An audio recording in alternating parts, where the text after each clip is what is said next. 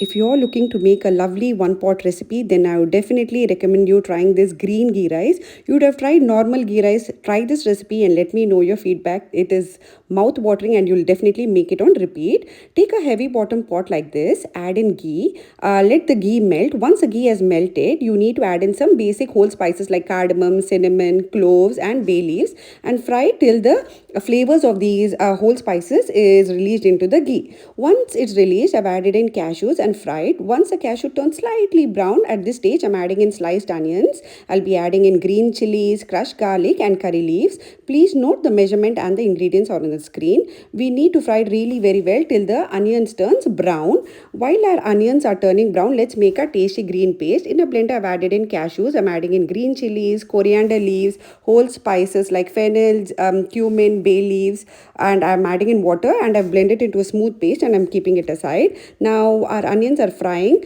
Now one quick tip for you to fry the onions really very well is either you can add in a little pinch of sugar or a pinch of salt. It will caramelize the onions really very well.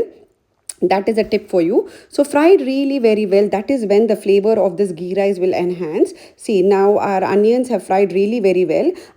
At this stage, what you need to do is take some dry raisins and add it to the ghee and fried. Raisins always added later because it tends to fry really very well very quickly. So that's the reason you need to add it later. So our onions are fried. I'll take a little bit of this and save it later for garnishing. So I'll take few of them and I've kept it aside.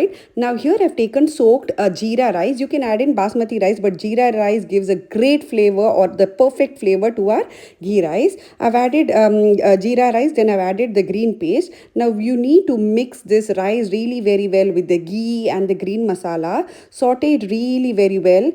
As I said, jeera rice gives a beautiful aroma. It has completely different taste. Here I've taken 2 cups of jeera rice for which I've added in 4 cups of water. Hot water you need to add in. I've seasoned it up with some salt and then I'll cover it with the lid and I'll keep it for at least 10 minutes on a low flame and let the ghee rice cook for at least till it's 60% done. Once it's 60% done, now here it is 60% done. Look at it how the rice is beautifully fluffed up. So it's 60% done. At this stage, we need to garnish it with the remaining onions and cashews which we had saved previously. Add in some chopped coriander leaves and again cover it with the lid for at least 10 minutes on the lowest flame possible and your super tasty green ghee rice is ready. You can have it just like that with bundi raita, any kind of veg kurma, chicken recipes, anything of your choice or just like that. Try this recipe. If you like my recipe, don't forget to like, share and subscribe. Enjoy.